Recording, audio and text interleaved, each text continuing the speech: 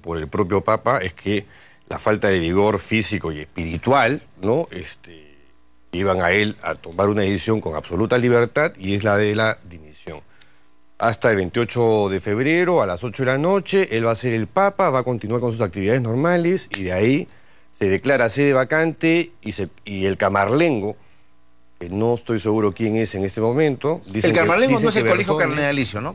El camarlengo es un miembro de la curia, que en la elección anterior fue un chileno, que ya está jubilado por razones de edad. Que era el camarlengo.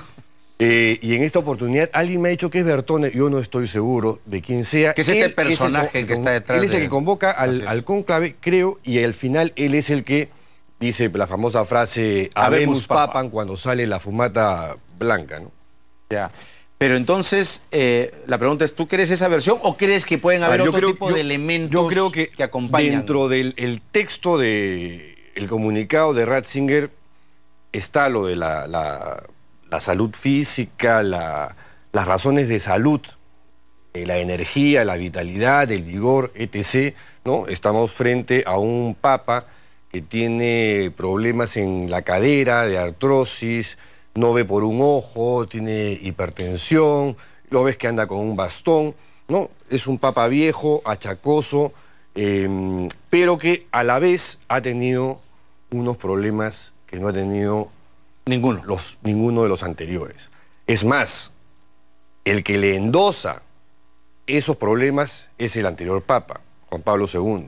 ¿Te refieres a que deja problemas irresueltos? Claro, le deja un problema embalsado a Ratzinger que le explota en la cara desde el primer día de su mandato. ¿Cuál es ese? El de la pederastia eclesial. Okay. El de la pederastia eclesial arrancó en el 2004 con los escándalos que fueron apareciendo en los Estados Unidos, en Boston, en Portland, etc., etc., y se fueron agigantando, incrementando y conociendo ya con detalle. Hay una asociación de familiares afectados por esto. Sí, que se llama el SNAP. Así es. Pero el gran encubridor de este problema se llamó Juan Pablo II, ¿no? Juan Pablo II sacó de Boston al arzobispo de Boston, Bernard Law, cuando estaban a punto de enjuiciarlo.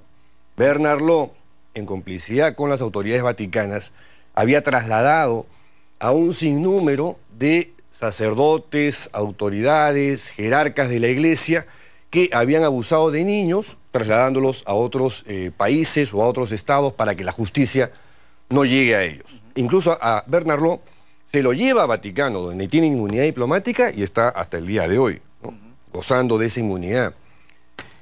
Luego revienta el escándalo de Marcial Maciel, cuyo expediente estaba sobre el escritorio de Juan Pablo II. Juan Pablo II no solamente encubrió y dejó pasar esto, sino que lo nombró su consejero delegado, su representante en una serie de eventos eclesiales de obispos, y él iba siendo sacerdote. Cuando revienta en Connecticut la denuncia contra Marcial Maciel, escrita por dos periodistas norteamericanos, ¿qué hace Juan Pablo II? Lo nombra modelo de la juventud para neutralizar la denuncia, ¿no es cierto? Y ahora es beato. Esas cosas de la iglesia me parecen alucinantes. Realmente. Han declarado beato al principal encubridor del mayor escándalo de la iglesia en toda su historia, ¿no? Juan Pablo II. Bueno, a Ratzinger le deja todo esto debajo de la alfombra, ¿no es cierto? Y cuando Ratzinger asume, se sienta en el trono de Pedro, cocodrilo y un león. Le explotó todo esto. Y le explotó de una manera fuerte, ¿no? Ha sido una tras otra. Porque a los Estados Unidos le siguió Holanda, le siguió Bélgica, le siguió Holanda, le siguió Irlanda, perdón. ¿Se habla de 3.000 casos? No, deben ser más. Deben ser mucho más, porque además en América Latina es poco lo que se conoce, y en África casi nada, y en Asia tampoco. ¿Que allá no hay? O sea, es sintomático que sean los países en Estados Unidos y en Europa donde hayan aparecido. Ahí es donde ha reventado. En América Latina reventó el caso mexicano con Marcial Maciel, y hace 2 años el caso de Fernando Caradima en Chile, al cual a su vez le han seguido otros casos de sacerdotes vinculados al sector conservador como también vinculados al sector progresista. O sea ahí nadie se salva. Nadie se salva. O sea, que ese es un tema, podríamos decir que estos 3.000 casos son la punta del iceberg, sí, claro, o una muestra muy pequeña de la verdadera situación de esa. Por supuesto, ahora, no solamente es en la iglesia, lo hemos visto en el caso de los Boy Scouts y en el caso de este conductor británico que falleció hace cosa de un par de años, Saville, ¿no?, que también tenía encubierto por la BBC una serie de chanchullos y cochinadas y de creo abusos. Que tenía 30 años en la televisión, o no sé cuánto, y era una suerte de tío Johnny británico. Era un ícono, cosas increíbles.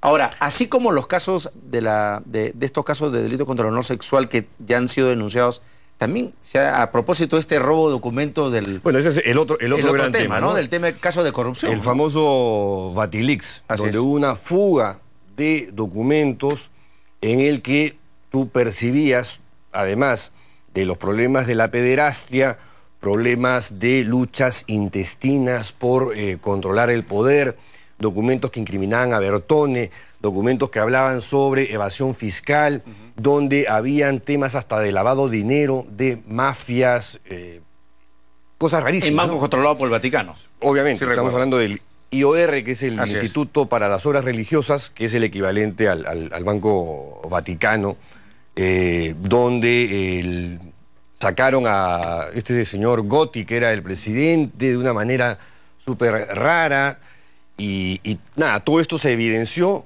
Claro, al final resulta que el culpable era el mayordomo, ¿no? Paolo Gabriele y nadie más, ¿no? Y encima, pobrecito, era medio oligofrénico, medio retrasadito y ya. ¿Y lo demás? O sea, hay un libro que ha recopilado todos estos documentos, escrito por el periodista italiano Gianluigi Nuzzi, donde, que yo espero la traducción al español porque todavía está en italiano, donde están todos estos casos, de los cuales no se ha hablado. Pero claro, yo me imagino que la carga para el Papa ha sido pues enorme, tremenda. Ha sido gigante, la mochila ha sido demasiado pesada, y por otra parte, su manera de enfrentar los temas no han sido pues los más ha hecho adecuados. Declaraciones, pero claro, tampoco, o sea, cosas muy bastante formales. Lo que no se ha podido ver es acciones con denuncia, por ejemplo. El tema con Ratzinger es que se equivocó de siglo, ¿no? Se equivocó de siglo. Y lamentablemente, otra cosa que se ha constatado es que la institucionalidad católica está más anquilosada que nunca. No responde a los nuevos tiempos. No reacciona como debería reaccionar. Su discurso es de la Edad Media, y no exagero, ¿no? Entonces, ¿cómo vas tú a enfrentar este tipo de problemas? Del hoy con una mentalidad, por más que se diga que son temas de fe o de dogmas, la opinión pública es la opinión pública, sí, claro. y esa es la realidad. Ahora, el reemplazo. En la vez pasada, para la designación de Ratzinger, recordarás, tomó bastante más tiempo de lo previsto el recambio, y nos imaginamos que algo parecido puede volver a suceder, o tú dirías, como que hoy ha dicho el Vaticano siempre es un enigma, hasta rayos le caen. Ayer le cayó un rayo, efectivamente, se veía en la cúpula de San Pedro, pero en realidad la pregunta es, ¿dejará Ratzinger una correlación de fuerza, para hablar en términos políticos, favorable al sector conservador de la Iglesia, o es que de nuevo a sacar negociaciones de la manga? Aquí estamos entrando al terreno de la especulación pura, ¿no es cierto?